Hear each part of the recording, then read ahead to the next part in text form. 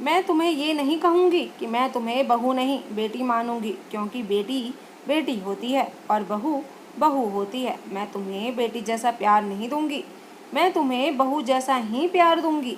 रह रह कर मेरी होने वाली सास के ये शब्द मेरे दिमाग में हथौड़े की तरह वार कर रहे थे।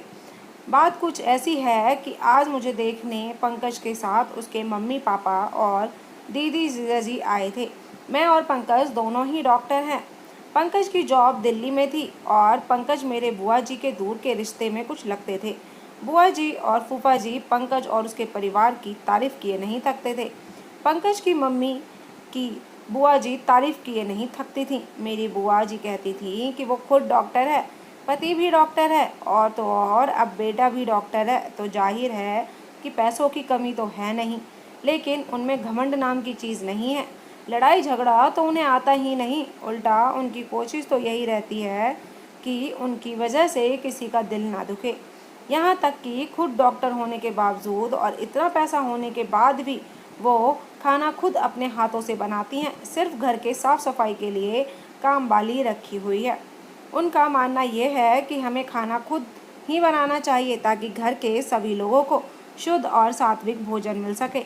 अपनी बुआ जी के मुंह से इतनी तारीफ सुनने के बाद मैं मन ही मन सोच रही थी, अगर ये रिश्ता हो गया तो मैं इस दुनिया की सबसे खुशकिस्मत वाली लड़की हूँ। क्योंकि कहा जाता है पति पत्नी के गुण मिले या ना मिले, लेकिन सास बहू के गुण जरूर मिलने चाहिए, तभी लड़की का वैवाहिक जीवन सुखी रहता है। यही सब सोच सोच कर मैं मन ही मन खुश हो रही थी। मुझे बहुत अच्छी सास मिलने वाली थी, लेकिन आज जब मेरी होने वाली सास ने बहू जैसा प्यार देने की बात कही तो किसी को भी ये बात समझ नहीं आई। आज तक सभी ने यही सुना था कि हर सास ऐसा ही कहती है, तुम मेरी बहू नहीं बेटी हो, मैं तुम्हें बेटी जैसा प्यार दूंगी। लेकिन यहाँ तो उल्टा ही हो रहा था, बहू जैसा प्यार। ये सुनने के बाद घर में सबको यही लग रहा था कि वो शादी के बाद फिल्मों वाली ललिता पवार टाइप की सास ना बन जाए। अगर ऐसा सच में हुआ तो मेरा क्या होगा। लेकिन सिर्फ इस बात को अगर साइड में रख दें तो बाकी सभी बातें बहुत अच्छी थी और घर के सभी सदस्य बहुत अच्छे थे। इसलिए घर वालों को लग रहा था कि ये रिश्ता हो जाना चाहिए। आखिरकार ये रिश्ता भी हुआ और मेरी शादी भी हो गई। मेरी शादी तो हो गई, लेकिन मेरे दिमाग में हमेशा मम्मी जी के शब्द मैं तुम्हें बहू जैसा प्यार दूंगी यही गूंजते रहते थे। इसीलिए मैं मन ही मन हमेशा डरी हुई रहती थी।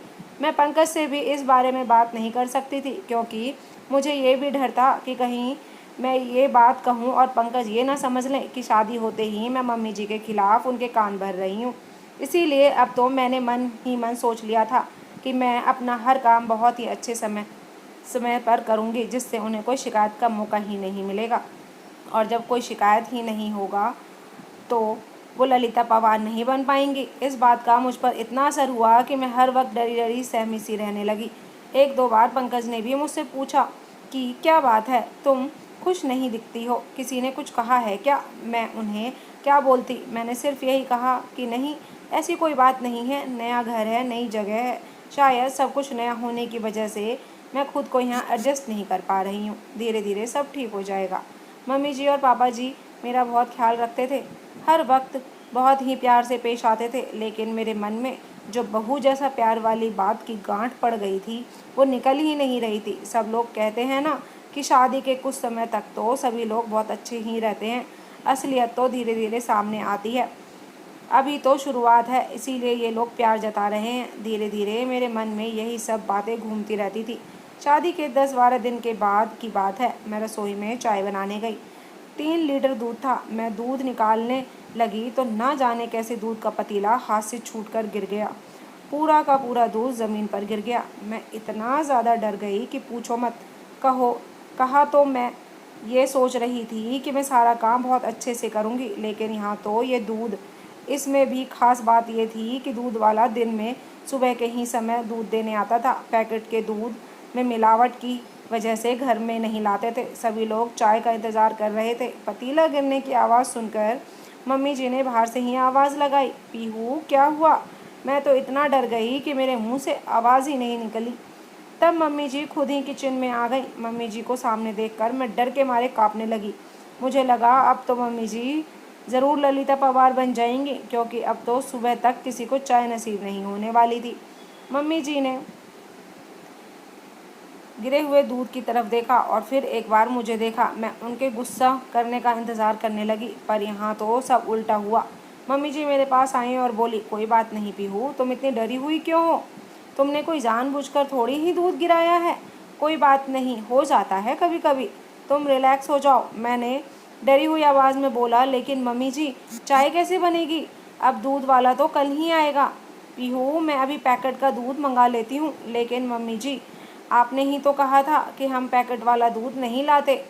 मम्मी जी बोली, लाते तो नहीं हैं बेटा, लेकिन यहाँ चाय का सभी को एक तरह से नशा है। कोई भी चाय के बिना नहीं रह सकता, इसीलिए कभी कभार इमरजेंसी में चलता है।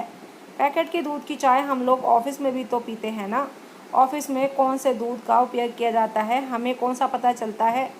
ऑफिस में तो मजबूरी है, लेकिन घर में जहाँ तक संभव होता है और जो शरीर के दृष्टिकोण से जो सही रहता है वही करना चाहिए। इसीलिए हम पैकेट का दूध नहीं लाते थे। कभी कभार तो कुछ नहीं होता, रोज़ रोज़ थोड़े ही दूध गिर जाएगा। अब तुम रिलैक्स हो जाओ। मैंने सोचा मैं फिजूल में ही इतना डर रही थी। मम्मी जी तो बहुत अच्छी हैं, लेकिन दूसरे ही पल सहेली की बात याद आ गई कि ये चोचले शादी के शुरुआत में ही होते हैं, आगे आगे देख ना होता है क्या। ये बात याद आते ही फिर से वही डरा सहमा गई। मुझसे एक दो बार फिर से वही गलतियां हुई, लेकिन मम्मी जी ने बहुत ही प्यार से मुझे समझा दिया। आज दोपहर में मैं और मम्मी जी एक साथ अकेले बैठे थे। तब मम्मी जी बोली, जब से शादी हुई है तब से देख रही हूँ कि तुम फ्री नहीं लगती हो। हर वक्त तुम डरी डरी सी रहती हो। क्या बात है पीहू? अगर तुम बताओगे नहीं तो समस्या का समाधान हम कैसे निकालेंगे? यहाँ तुम्हारी मम्मी नहीं है, लेकिन मैं तो हूँ ना। तुम मुझे अपने मन की बात बता सकती हो। मम्मी जी के इतने प्यार से पूछने पर मैं अपने आप को रोक नहीं पाई और रोने लगी। उन्होंने मुझे अपने गले से लगा लिया और चुप कराया। फिर बोली, अब बताओ क्या बात है? मम्मी जी, जब आप मुझे देखने आई थी तो आपने कहा था कि मैं तुम्हें बेटी जैसा प्यार नहीं बहू जैसा प्यार दूंगी। मम्मी जी बोली, हाँ कहा था तो। मम्मी जी, बहू जैसा भी प्यार होता है क्या? बहू की छोटी छोटी बात पर कितनी प्रताड़ित किया जाता है। ऐसा लगता है ना जाने कितना बड़ा गुनाह कर दिया हो। इसीलिए मुझे ऐसा लगा कि आप मेरी छोटी छोटी बात पर महाभारत रचेंगी, सबको मेरे खिलाफ भड़काएंगी। यही सोचकर हर वक्त डरी रहती हूँ कि मुझसे कोई गलती ना हो जाए, आपको मुझे से नाराज़ होने का मौका ना मिल जाए। सच बताऊँ तो आज तक मुझसे जितनी भी गलतियाँ हुई हैं वो इसी डर से हुई हैं। लेकिन मम्मी जी, मुझे आज तक ये बात समझ नहीं आई कि मैं तुम्हें बहू जैसा प्यार करूँगी। ऐसा कहने के बाद भी आपने आज तक मुझे अपना सासूपना नहीं दिखाया और मुझे आज तक डांटा भी नहीं। फिर आपने मुझे ऐसा क्यों कहा था कि मैं तुम्हें बहू जैसा प्यार करूँगी? मम्मी जी बोली, अरे पगली, मुझे नहीं पता था कि मेरी सीधी बात का तू ऐसा मतलब निकालेगी और अपने दिल पर लगा बैठेगी। चल मुझे एक बात बता, क्या तुमने आज तक किसी माँ को ये कहते सुना है कि मैं तुम्हें बहू जैसा प्यार करूँगी? नहीं सुना है ना? तो फिर मुझे बता, जब हम बेटी को बहू जैसा प्यार नहीं करते तो बहू को बेटी जैसा प्यार क्यों करेंगे? इसका तो यही मतलब हुआ ना कि हम बेटी को ज़्यादा महत्व देते हैं और बेटी को ज़्यादा प्यार करते हैं। इसीलिए लोग कहते हैं कि हम बहू को बेटी बनाएंगे और बेटी जैसा प्यार करेंगे। हमारे समाज में बेटे को ज़्यादा प्यार करते हैं और लोग बेटे जैसा ही प्यार देते हैं।